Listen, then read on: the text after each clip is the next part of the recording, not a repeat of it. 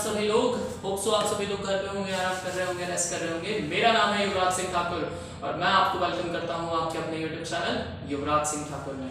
जैसा कि हम सभी लोगों ने लास्ट लेक्चर में डिस्कशन किया था कि हम लोग नीट,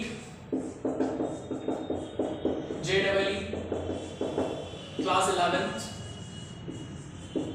और class 12th basic foundation batches start करेंगे, फिजिक्स, केमिस्ट्री, बायोलॉजी और मैथमेटिक्स की, और आपके एक एक कॉन्सेप्ट को करेंगे बिल्कुल क्रिस्टल क्लियर। देखिए लास्ट लेक्चर में हम लोगों ने डिस्कस किया था बेसिक कॉन्सेप्ट्स के बारे में, एंड द बेसिक कॉन्सेप्ट्स आप सभी लोगों के होप से बिल्कुल अच्छे से क्लियर हो गए होंगे। सबसे पहले मैं आप सभी लोगों से माफी चाहूंगा, कुछ प्रैक्टिकल अपने बेसिक रीजंस की वजह से जो है वो इतने दिन से मैं आपके क्लासेस को कंडक्ट नहीं कर पाया, बट अब जो है आप लोगों को बिल्कुल रेगुलर बेसिस पर रेगुलर इंटरवल में जो है वो क्लासेस मिलती रहेंगी।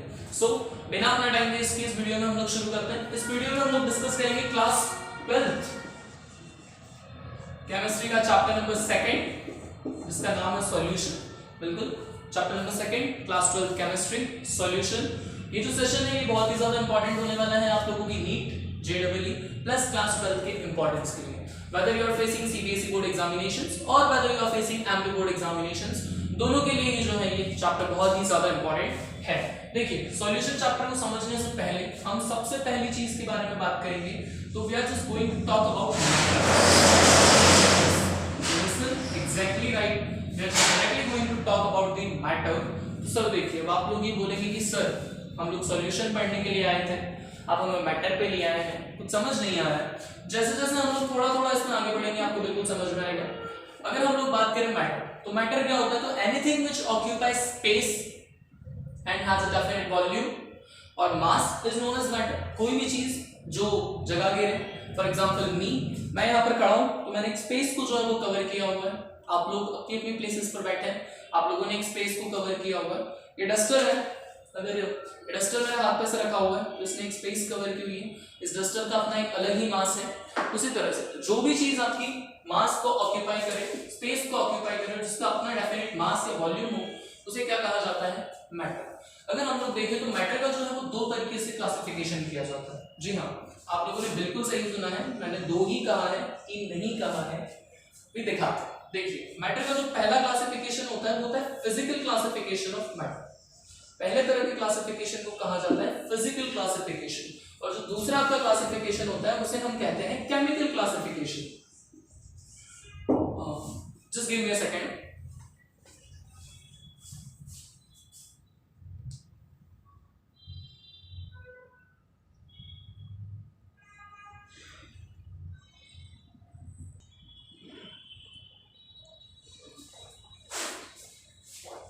Okay, I am so sorry, थोड़ा सा ज्यादा हो गया था। देखिए मैटर को जो हम दो तरीके से क्लासिफाई करते हैं। तो first classification is a physical classification. जो आपका पहला क्लासिफिकेशन होता है वो कैसा क्लासिफिकेशन होता है, physical classification of matter, and the second classification is the chemical classification of matter. Matter को पहले हम फिजिकल क्लासिफिकेशन में क्लासिफाई करते हैं, then we will classify it as chemical. Physical classification को फर्दर हम लोग तीन पार्ट्स में क्लासिफाई करते हैं। जी हाँ, जो अभी तक हम लोग स्टेट्स ऑफ मैटर पढ़ते आ रहे हैं दरअसल वो फिजिकल क्लासिफिकेशन के स्टेट्स हैं। पहला आपका स्टेट होगा सॉलिड,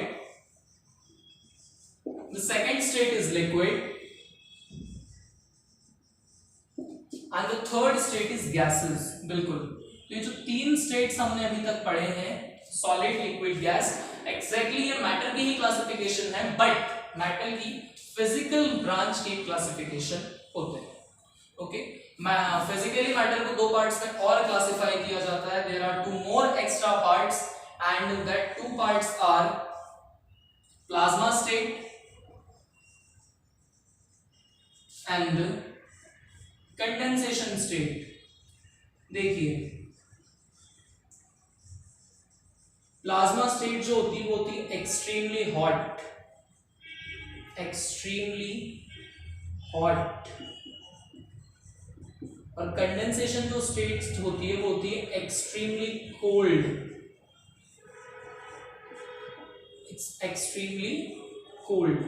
सो देखिए मेनली अगर हम लोग हमारे सिलेबस में बात करें क्लास 12th के स्टूडेंट्स के हिसाब से देखा जाए, अभी तक जो नीट वगैरह के स्टूडेंट्स के लिए भी है, ये दो स्टेट्स आप लोगों के लिए कॉम्पिटिटिव एग्जाम्स जैसे नीट हो गई, आपकी जेडब्ल्यू हो गई, उसके अलावा कहीं भी अगर आपको केमिस्ट्री आता है तो उसमें पूछी जा सकती है। इनका कोई डिस्क्रिप्शन, कोई डिटेल तो नहीं है। मेनली जो है मैटर की फिजिकल क्लासिफिकेशन यही तीन होते हैं, सॉलिड, लिक्विड एंड गैसेस।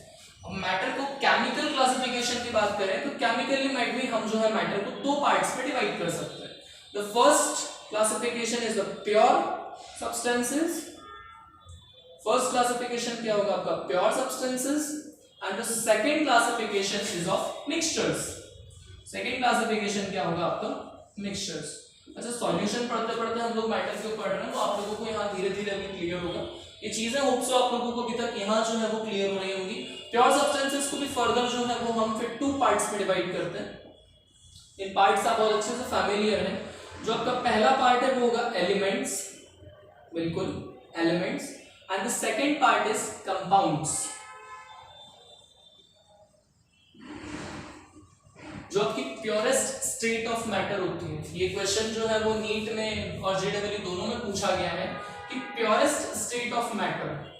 देखिए मैं यहां लेकर आऊं, आप लोग इसे अपने नोट्स में कोट कर लीजिएगा, बहुत इंपॉर्टेंट क्वेश्चन है ये कि प्योरेस्ट स्टेट ऑफ मैटर कौन सी होती है, मैटर की सबसे प्योरेस्ट स्टेट कौन सी होती है। वैसे तो एक बहुत ही बेसिक क्वेश्चन है, पर कभी कभी हम लोग बेसिक क्वेश्चंस को पहले गलत कर देते हैं।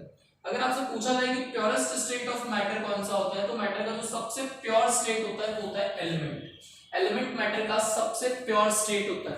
कंपाउंड्स क्या होते हैं, तो भैया कंपाउंड्स ऐसे होते हैं जिसमें दो प्योर एलिमेंट्स के मिक्सचर से जो चीज बनती है उसे हम क्या कहते हैं, कंपाउंड कहते हैं।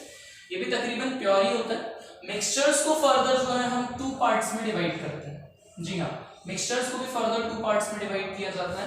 The first part is homogeneous mixtures, homogeneous mixtures, and the second part is heterogeneous mixtures. Heterogeneous mixtures. First part is homogeneous mixtures and the second part is heterogeneous mixtures.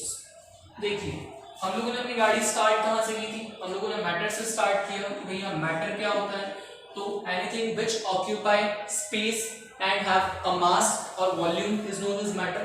Matter को जो है हम दो parts में classify करते हैं। The first classification is the physical classification, second classification is the chemical classification. Alright?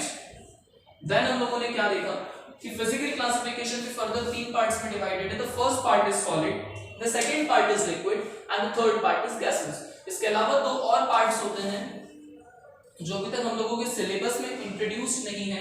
एक होता है आपका प्लाज्मा स्टेट। प्लाज्मा स्टेट कैसा होता है, वो एक्सट्रीमली हॉट होता है। और पांचवा है कंडेंसेशन स्टेट, जो एक्सट्रीमली कोल्ड होता है। आपका जो कंडेंसेशन स्टेट है इसे बोर्स कंडेंसेशन स्टेट भी कहा जाता है, ठीक है, Einstein, Bose Einstein condensation state. इसके अलावा केमिकल क्लासिफिकेशन फिर हम लोगों ने देखा, तो केमिकल मैटर को फिर हम लोग दो पार्ट्स में डिवाइड करते हैं। पहला है आपका प्योर सब्सटेंसेस और दूसरा है आपका मिक्सचर्स। प्योर सब्सटेंसेस का फर्दर दो पार्ट्स में क्लासिफिकेशन होता है, एक होंगे एलिमेंट्स, दूसरे होंगे कंपाउंड्स। मिक्सचर्स का फर्दर दो पार्ट्स में हम लोग डिवाइडेशन करते हैं, homogeneous mixtures and heterogeneous mixtures. अब सॉल्यूशन में मैं ये सारी बातें आप लोगों को क्यों बता रहा हूँ, ये मैं आपको थोड़ी देर में बताऊंगा। अब जो है हम बिल्कुल अपने मेन टॉपिक सॉल्यूशन की तरफ यहाँ से बढ़ने वाले हैं। तो एक बार मैं थोड़ा सा साइड हो जाता हूँ, अगर किसी को उसका स्क्रीनशॉट लेना है तो आप एक बार इसका स्क्रीनशॉट ले लीजिए, देन हम लोग आगे कंटिन्यू करते हैं।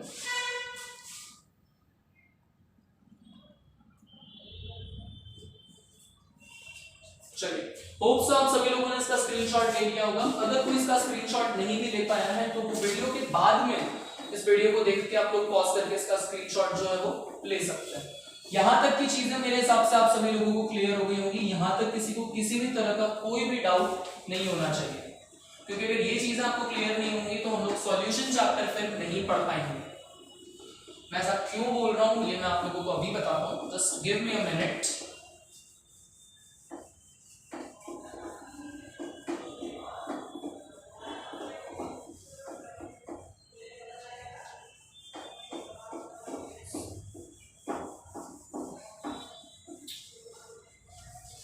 ओके स्टूडेंट्स, तो देखिए हम लोगों का जो टॉपिक है वो टॉपिक है सॉल्यूशन। चैप्टर सेकंड का जो नाम है वो है सॉल्यूशन। तो सबसे पहले तो जो चैप्टर का नाम है उसे ही समझते हैं। अच्छा, केमिस्ट्री केमिस्ट्री में जो चैप्टर्स के नाम होते हैं वो बहुत ही ज्यादा इंपॉर्टेंट रोल प्ले करते हैं। अब आप पूछेंगे सर वो कैसे इंपॉर्टेंट रोल प्ले करते हैं, तो जो चैप्टर का नाम आपको केमिस्ट्री में दिया जाता है तो चैप्टर का नाम आपको 100% ये चीज क्लियर कर देता है कि आखिर अल्टीमेटली आपसे चैप्टर में कहाँ क्या जाने वाला है, हम किस चीज के बारे में अल्टीमेटली चैप्टर में बात करने वाले हैं। और अभी जो इतनी सारी हमने बात की है तो सॉल्यूशन भी जो है वो आपका अल्टीमेटली एग्जाम्पल होता है होमोजीनियस मिक्सचर का, ठीक है। अच्छा मैंने मिक्सचर से भी आप लोगों को प्रॉपर्ली क्लियर नहीं किया ना, कोई बात नहीं, देख लेते हैं। तो देखिए सॉल्यूशन होता क्या है, अल्टीमेटली देखा जाए तो it is a mixture of two or more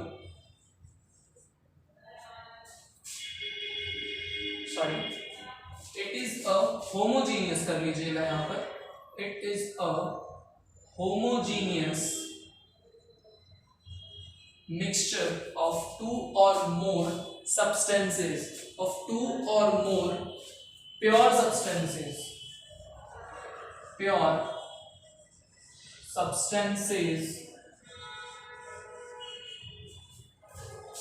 whose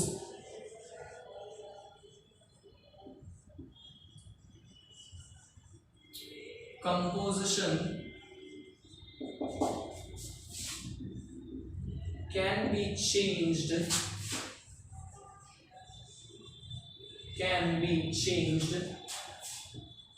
up to certain limits। चलिए देखिए तो अल्टीमेटली आप इसे या तो लिख सकते हैं या फिर इसका स्क्रीनशॉट ले सकते हैं। मैं इसीलिए बोर्ड से बिल्कुल एक साइड ही खड़ा हूं ताकि आप लोगों को दिक्कत ना आए। अल्टीमेटली अगर देखा जाए तो सॉल्यूशन क्या होता है, तो सॉल्यूशन इज क्या लिखा हुआ है, solution is a homogeneous mixture of two or more pure substances whose composition can be changed up to certain limits। मतलब क्या है कि सॉल्यूशन जो होता है वो आपका होमोजेनियस मिक्सचर होता है। ये जो वर्ड है यहाँ पर बहुत ही ज्यादा इंपॉर्टेंट है। सॉल्यूशन किस तरह का मिक्सचर होता है, तो सॉल्यूशन जो होता है वो होमोजेनियस मिक्सचर होता है, होमोजेनियस मिक्सचर। देखिए दो तरह के मिक्सचर मैंने आपको बताए थे, थोड़ा सा हम लोग मिक्सचर के ऊपर बात कर लेते हैं फिर वापस सॉल्यूशन के ऊपर चलते हैं। होमोजेनियस मिक्सचर और हेट्रोजीनियस मिक्सचर, इसे पहले समझना बहुत ही ज्यादा इंपॉर्टेंट है क्योंकि यही वो चीज है जो आपके कॉन्सेप्ट को बिल्कुल डिटेल तक क्लियर करके आपको देगी।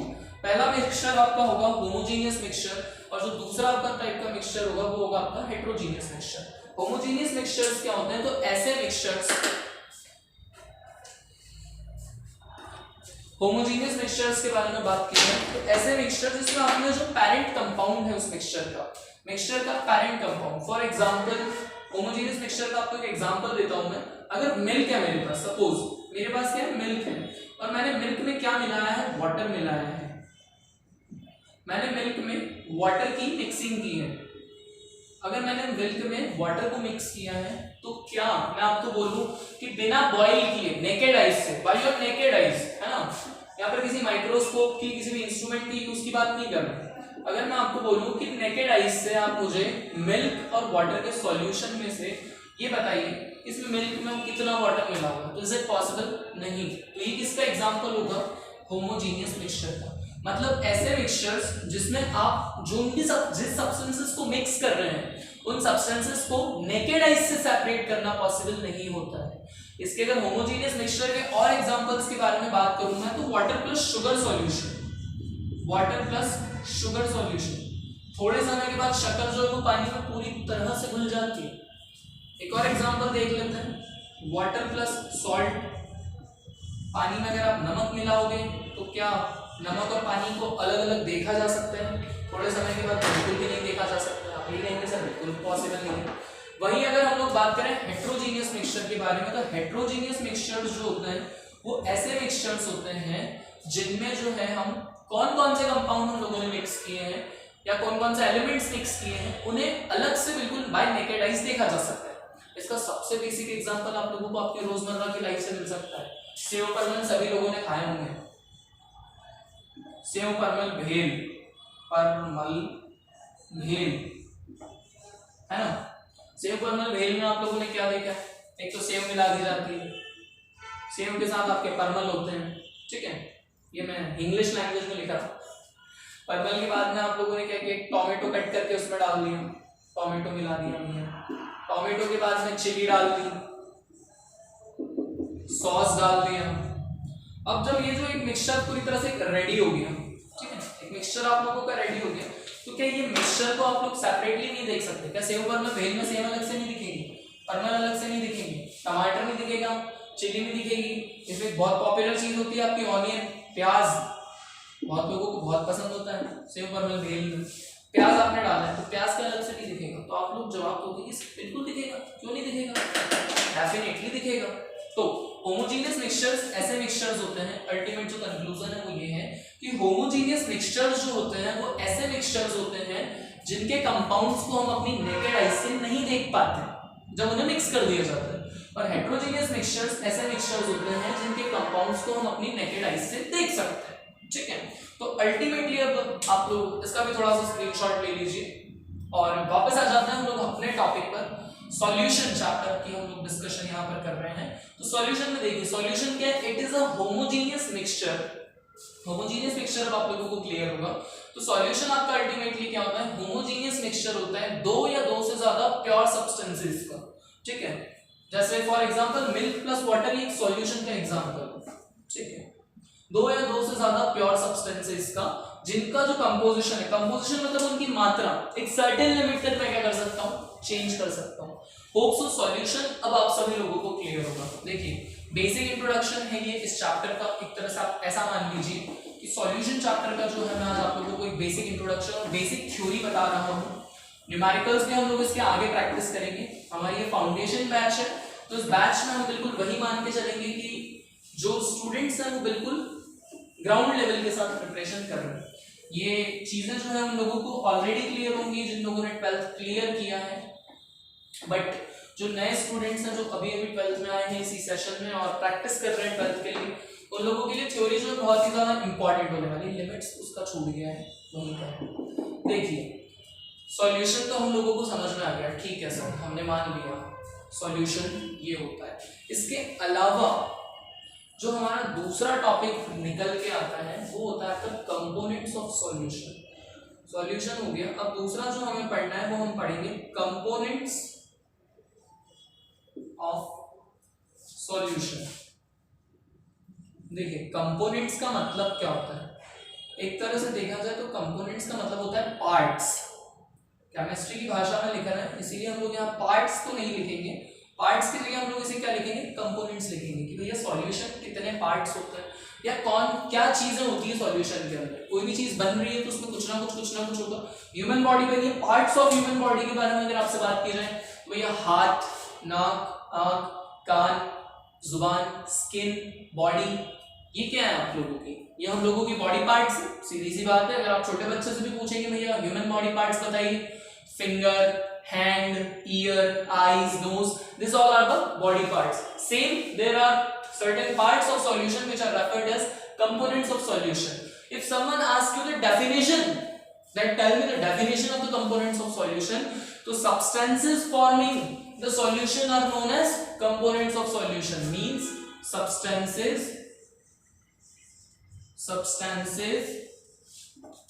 forming solution, substances forming solution are known as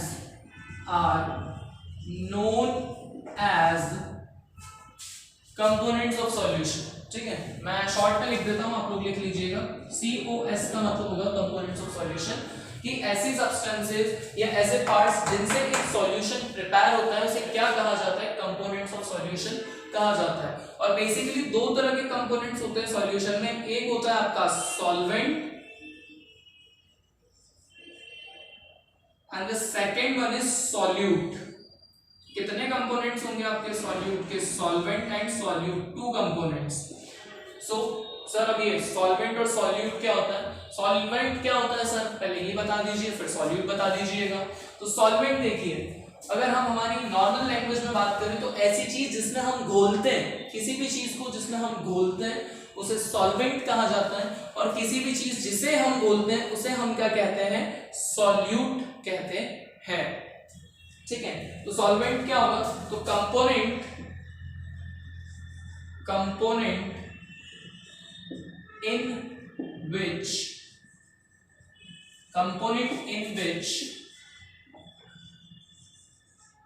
particle gets dissolved, ऐसे कंपोनेंट्स जिसमें पार्टिकल्स को क्या किया जाता है, डिसॉल्व किया जाता है, वो क्या कहलाता है, आपके सॉल्वेंट कहलाता है। वहीं अगर हम लोग सॉल्यूट के बारे में बात करें तो द कंपोनेंट्स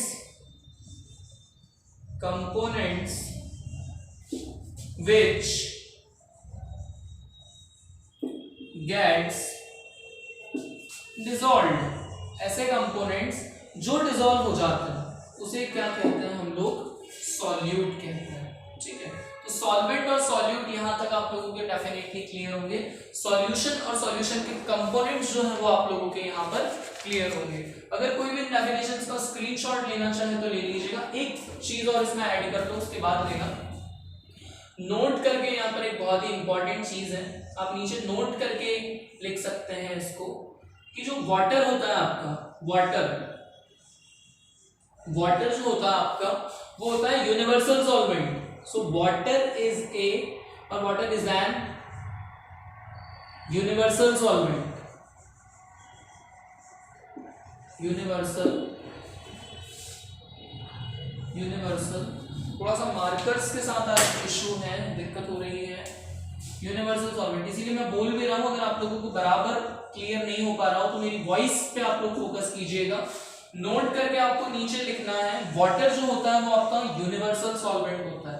मतलब पानी ऐसी चीज होती है जिसमें कोई भी चीज जो है उसे आप घोल सकते हो, कोई भी चीज हो उसका पानी में घोल सकते हो। अच्छा, इसमें एक्सेप्शंस की बात ना कीजिएगा कि सर सैंड को पानी में घोलेंगे, तो सैंड भी पानी में घुल जाती है। ये बात अलग है कि आपको सैंड पार्टिकल्स दिखाई देते हैं, पर इसका मतलब ये नहीं है कि पानी में से घोलने से मना कर दिया। वो हेट्रोजीनियस मिक्सचर बनेगा, पर वो मिक्सचर डेफिनेटली बनेगा। तो पानी जो होता है वो क्या होता है, आपका यूनिवर्सल सॉल्वेंट होता है, जो अपने अंदर सारी चीजों को डिसॉल्व कर लेता है। मैं थोड़ा सा साइड हो जाता हूं, आप इसका स्क्रीनशॉट ले लीजिए डेफिनेशंस का। बहुत इंपॉर्टेंट डेफिनेशंस हैं, क्योंकि ये आपके चैप्टर का पूरा बेसिक है।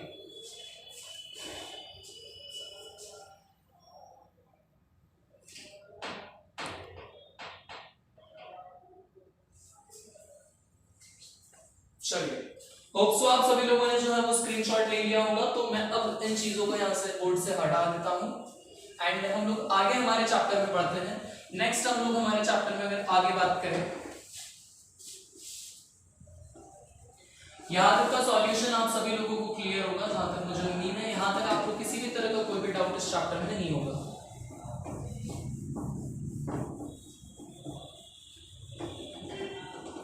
फर्दर इस चैप्टर में कुछ इंपॉर्टेंट टर्मिनोलॉजीज हैं, उन टर्मिनोलॉजीज के बारे में हम लोग यहाँ पर बात करेंगे। कुछ फॉर्मूलाज हैं, कुछ टर्मिनोलॉजीज हैं, कुछ भी मान लीजिए, फॉर्मूलाज मान लीजिए, क्योंकि मोल फ्रैक्शन है, वॉल्यूम परसेंटेज है, मास परसेंटेज है, ऐसे कुछ फॉर्मूलाज हैं इस चैप्टर में। न्यूमेरिकल्स में बहुत ही ज्यादा काम आएंगे। तो उन फॉर्मूलाज को पढ़ने से पहले मैं आप लोगों को एक चीज और, एक बेसिक सी चीज और बता देता हूँ।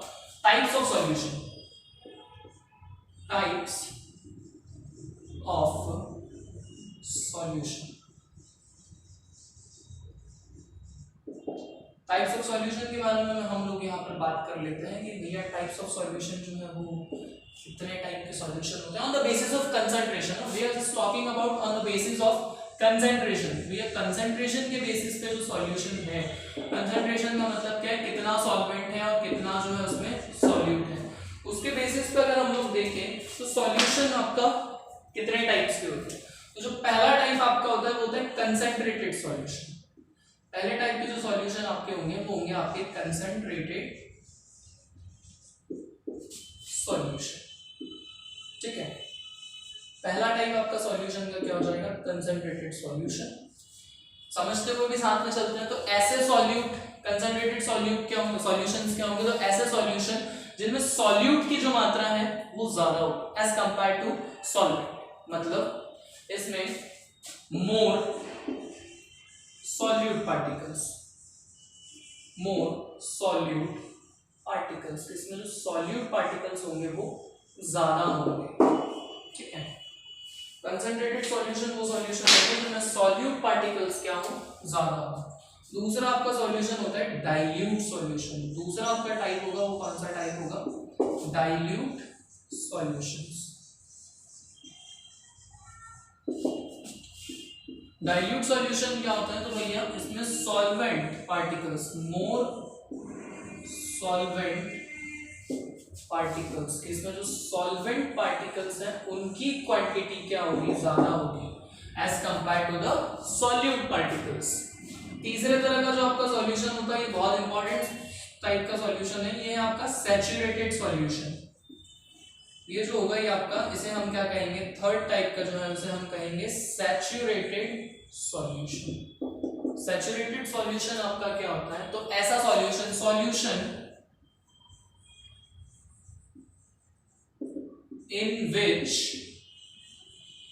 in which more amount of solute can't be dissolved at a particular temperature।